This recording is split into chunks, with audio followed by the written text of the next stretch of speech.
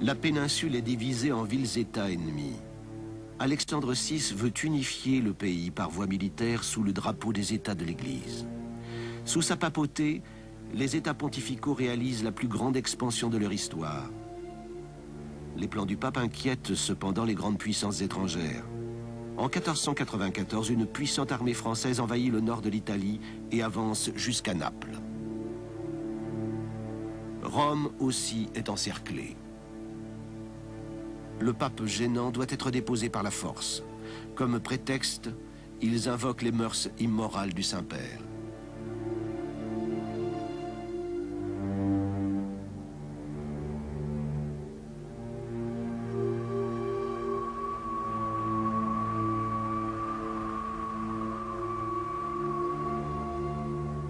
Julie est faite prisonnière par l'armée française qui avance.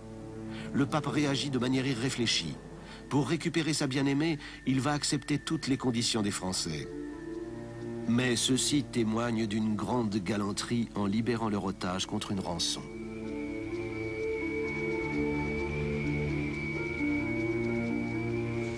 Un soir de novembre, 4000 Français accompagnent la belle Julie Farnèse jusqu'aux fortifications de Rome.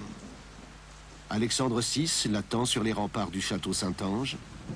Il accueille sa bien-aimée comme un jeune prince, vêtu de velours noir et portant même une épée à la taille. Un couteau bien aiguisé et deux mains solides, c'est tout ce dont j'ai besoin. Il vous faut suivre la mode? À Venise, tout le monde mange de cette manière.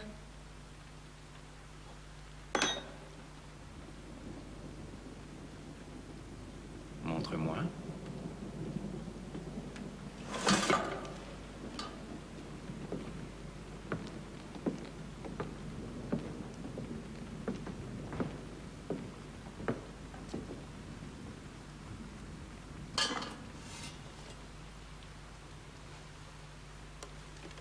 Quand j'étais cardinal, tu t'es donné à moi. Maintenant que me voici pape, me repousseras-tu? Veux-tu m'embrasser?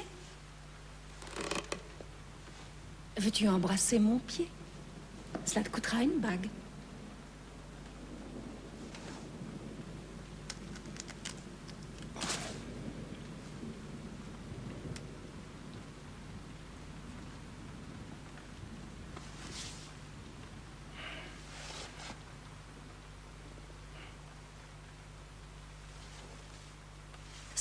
Ça te coûtera un évêché pour mon frère.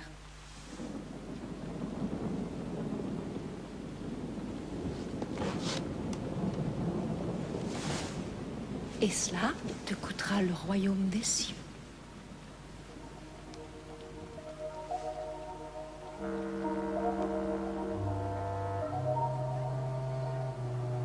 Mais le châtiment que tous attendent de la part des Français n'a pas lieu. Leur campagne rapide à travers l'Italie épuise les troupes. Ils occupent la ville du Saint-Siège, mais n'ont plus les forces nécessaires pour destituer le pape. Alexandre VI reste en place. Abandonnés par tous leurs alliés, les Français échouent dans leur campagne.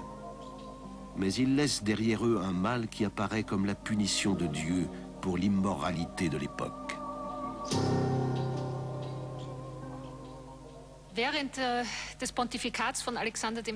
Pendant le pontificat d'Alexandre VI, plus précisément en 1494, la syphilis fait son apparition pour la première fois pendant le siège de Naples par les Français. C'est un événement que l'on doit prendre très au sérieux, car de fait, c'est la première maladie épidémique et sexuellement transmissible de l'histoire. Tout d'un coup, elle se répand très rapidement dans toute l'Italie et l'Europe. Ce mal français devient un vrai fléau en Italie.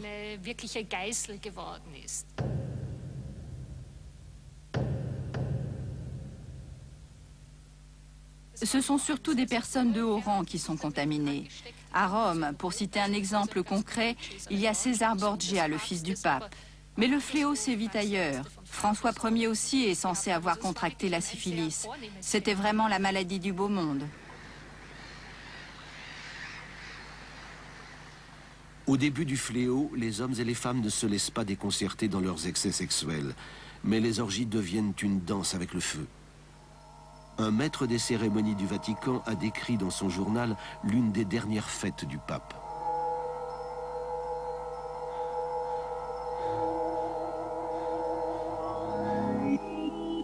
De nombreux invités ont été conviés au Vatican.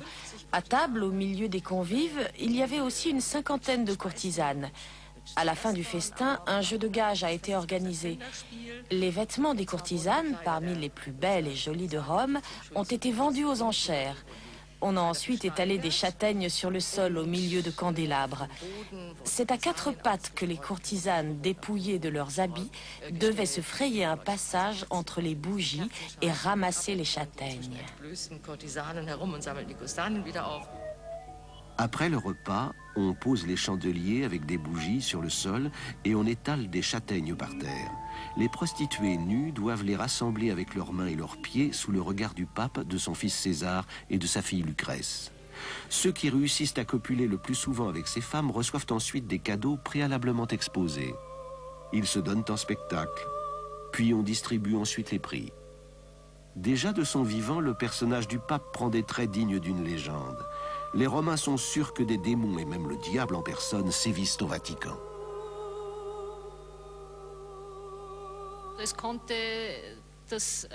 À tout moment, la plus banale des fêtes pouvait basculer en meurtre au moindre mot susceptible d'offenser un convive. Des meurtres spectaculaires ont même eu lieu ici, au Vatican. Un des fils d'Alexandre VI a été tué puis jeté sans pitié dans le Tibre. L'un de ses gendres, un mari de Lucrèce, a aussi été assassiné au Vatican. On raconte que son sang a éclaboussé les murs. Ce n'était pas une époque tendre. En cette fin d'époque pleine de meurtres, de beauté et de cupidité, les Borgia courent à une perte aussi inéluctable que triomphale.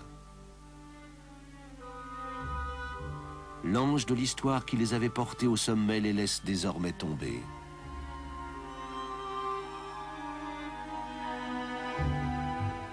En août 1503, après un festin, Alexandre VI tombe malade. Il a les symptômes de la malaria, mais à l'époque, on pense qu'il a été empoisonné. Une semaine plus tard, le pape meurt. Après son décès, la dynastie des Borgia s'effondre.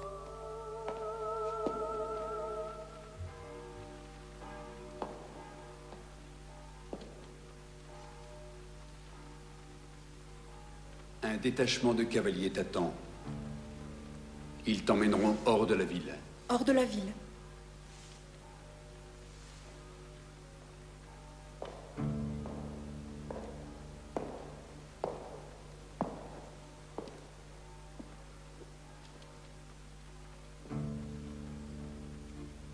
Il te faut disparaître de Rome, aussi vite que possible.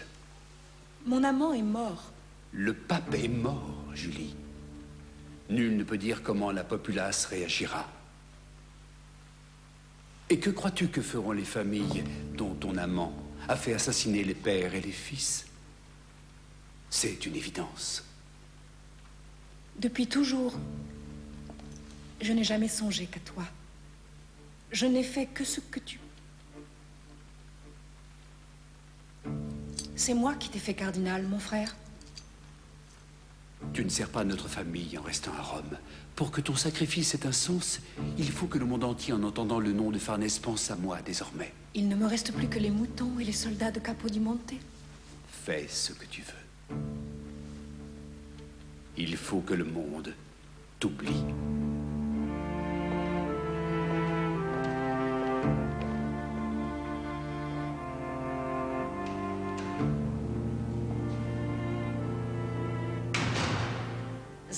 Après la mort du pape, le jeune cardinal ordonne à sa sœur Julie de quitter Rome.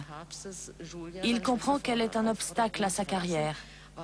Elle ne lui est plus d'aucune utilité. Il ne la tue pas et on peut lui en être reconnaissant. À l'époque, c'était pourtant un moyen devant lequel on ne reculait pas forcément, même entre frères et sœurs, comme nous l'a montré la famille des Borgia.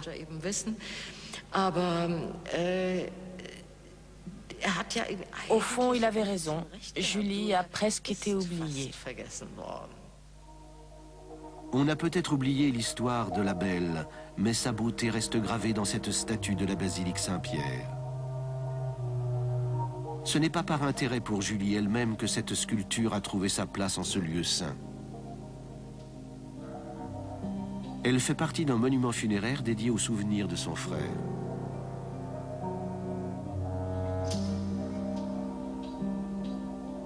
En 1534, 30 ans après la mort d'Alexandre VI, l'ambitieux Alexandre Farnèse devient à son tour pape sous le nom de Paul III. Lui aussi a une maîtresse et des enfants. Mais il s'emploie à détourner l'Église catholique de la sécularisation et de l'immoralité. C'est un pape très important. C'est surtout celui qui a effectué un changement de cap. C'est le plus grand pontife de la contre-réforme. Quand il était jeune, il a pleinement savouré un certain style de vie, grâce auquel il a accédé à la fonction suprême. Il est devenu cardinal grâce à Alexandre VI, dont le pontificat, pour ainsi dire séculaire, ressemblait à une cour royale. Il a ensuite été élu pape. Mais malgré son passé, il se ravise et adopte une attitude qui reconduit l'Église vers l'ancienne notion de piété propre au début du christianisme, notion dont elle s'était éloignée depuis très longtemps.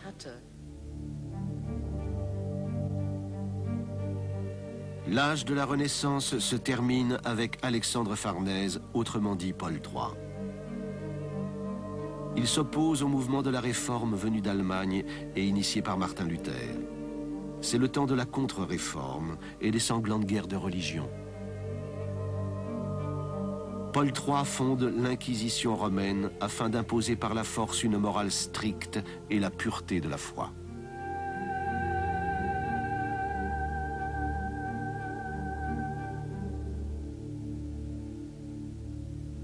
Mais l'histoire même des catholiques est un obstacle de taille dans leur lutte contre les protestants. On essaie par tous les moyens de l'effacer. Même les armoiries pontificales d'Alexandre VI doivent disparaître du château Saint-Ange. Cela a toujours été comme ça. Même les pharaons le faisaient. Ils cassaient le nez du pharaon précédent parce qu'il permettait à son âme de respirer et de se déplacer. On éliminait ainsi l'ancien pharaon, on le réduisait à néant, on détruisait les symboles. Là, on effaçait les armoiries, on badigeonnait les murs et on les repeignait parce qu'on voulait imposer de nouveaux symboles et de nouveaux signes. Le XVIIe siècle le démontre tout particulièrement avec sa nouvelle morale qui condamne la sexualité. Le souvenir de Vanozza, la maîtresse du pape, est insupportable pour les générations suivantes. Pourtant, on retrouvera de façon mystérieuse son tombeau que l'on croyait détruit dans l'église Saint-Marc, au pied du Capitole. On a essayé de gratter le nom damné de Vanozza Catanei et des enfants qu'elle a eus du pape. En vain.